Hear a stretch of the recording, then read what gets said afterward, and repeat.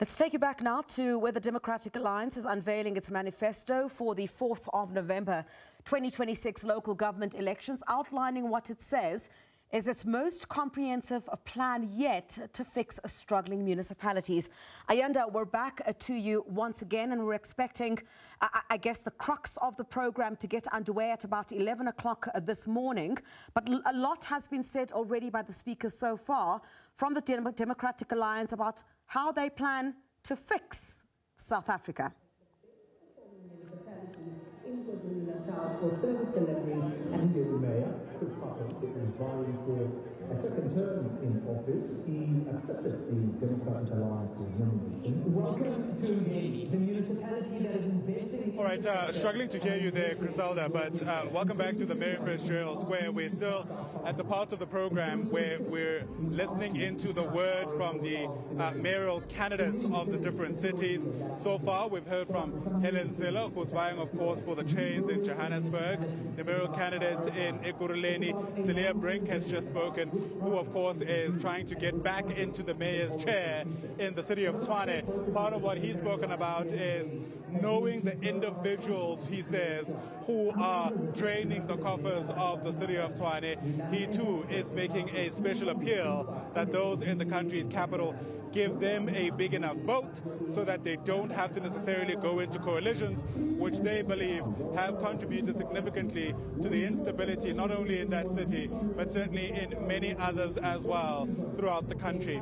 I mentioned to you at the top of the hour that the SABC news team is fanned throughout Mary Fitzgerald Square, watching the story from a number of vantage points. That includes our senior reporter, Samkele Maseko, who is much closer to the stage where the business is currently unfolding, as we keep a close eye on the arrival side of this particular venue. Samkele, if you're able to hear us, it's gotten way busier than it was an hour ago. What are you seeing now? Indeed, Ayanda, it is getting started here at the Mary Fitzgerald Square. The prospective mayors of the Democratic Alliance, the candidates in Tshwane, in Johannesburg, in Ekurhuleni, have all addressed the members and the supporters of the Democratic Alliance. I am joined by Mr. Werner Horn, who is the numbers man within the Democratic Alliance. Mr. Horn, these numbers are out.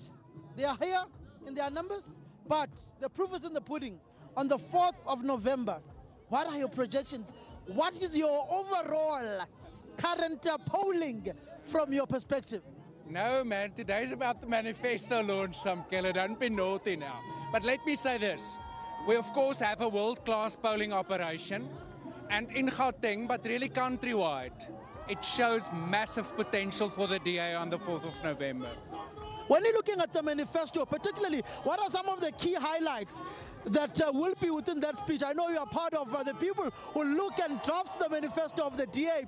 What are some of the key priority areas, particularly around economic development at a local level and service delivery? Well, firstly, on economic development, I think this manifesto is realistic.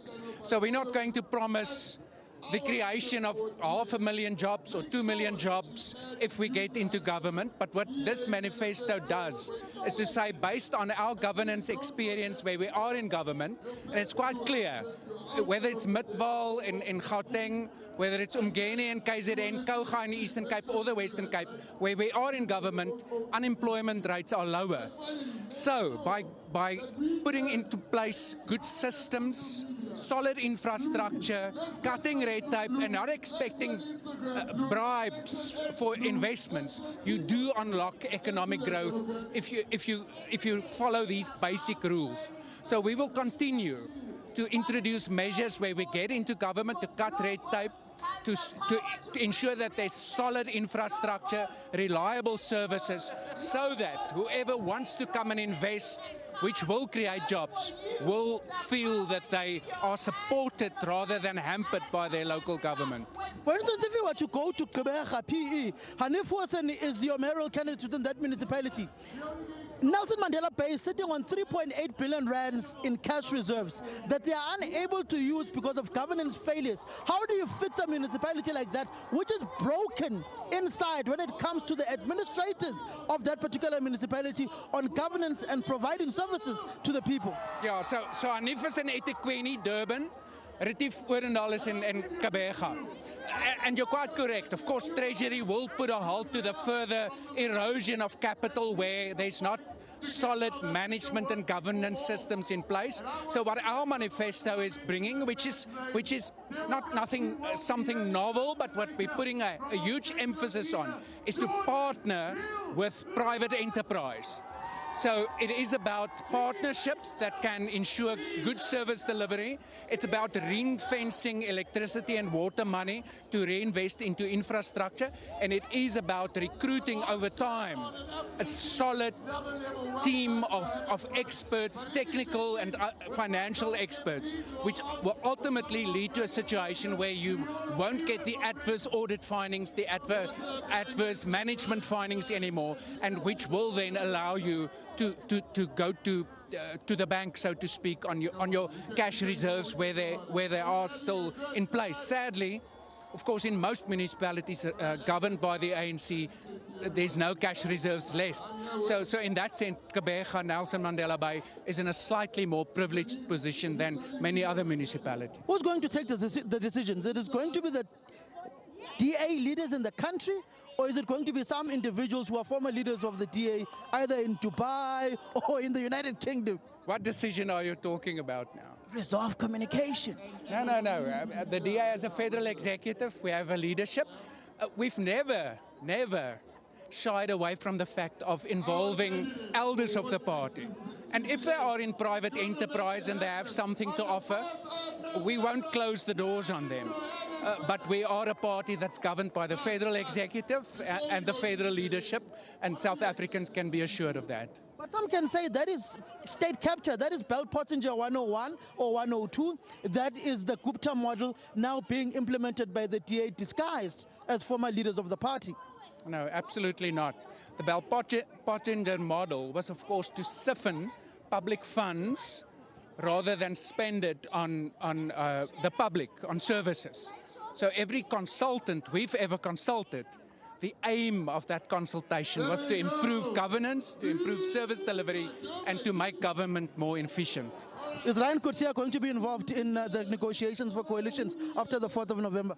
I won't be able to say, but Ryan is a wise man, and he might be able to give us some advice. Who collapsed the party in the UK? No, Samkele, you're very naughty now. Ryan has had good successes as well. Thank you very much, Mr. Horn. Lovely and always great engaging with you. Good luck for the elections. That is Werner Horn from the Democratic Alliance. A very chirpy individual and very nice individual to engage with, particularly on the trajectory of the Democratic Alliance going forward. I am just going to try and steal some people whom I can get in the nearby areas, particularly who are on the ground campaigning for the Democratic Alliance on a day-to-day basis. They are now giving speeches at about 11, just after 11 o'clock. You will see the leader of the Democratic Alliance, Gordon Hill-Lewis, getting on the podium and engaging particularly on the manifesto of the party. I'm going to try and steal this naughty individual of the DA, Mr. Nicholas Nyati. He's a very naughty chap within the DA. They call him the sniper of Ms. Helen Zille. How's your Zille campaign going in Joburg? It's going very well. We are polling very, very well. The people are giving us a positive response. I want to make a pronouncement and say after the 4th of November, we'll be governing Joburg, we'll be governing Tshwane, we'll be governing Nelson Mandela Bay. Your pronouncements and predictions are sometimes very off the mark, eh? Particularly when it comes to congresses. Only when it comes to congresses. You are perpetual defeatist. Only in congresses. But this one we are taking it. I think the people are fed up. They're tired and they want to see change. You've just recently moved from Gqeberha coming towards Johannesburg as someone who's integral and part of the Helen Zille campaign. How have you been able to differentiate that campaign from other campaigns within the country and other metros and municipalities communities in the country? Look, I think perhaps the most important thing in a campaign is understanding what are the problems that people are facing. The people of Joburg are facing challenges of water, challenges of electricity, and challenges of corruption, which is very ripe in our local government. So first of all, we understood the problem and we're offering solutions. If you've listened to the speeches today, that's what they are doing. And the people have been very responsive. They're saying, you guys are what we've been waiting for. For the first time in a very long time, we're polling in double digits in black areas. That has never happened before. And we feel that, Helen, and it's happening now. Thank you very much, Mr. Nicholas Nyati. He is part of the inner core of the Helen Zille campaign for the mayorship of Johannesburg. But I am not alone. I am with my other colleagues, Ayanda Nyati and our political editor, the man who's steering the ship, Mzondi Lambeche, outside. Over to you, Ayanda. Samkele Maseko, thanks very much indeed for working things, as they say.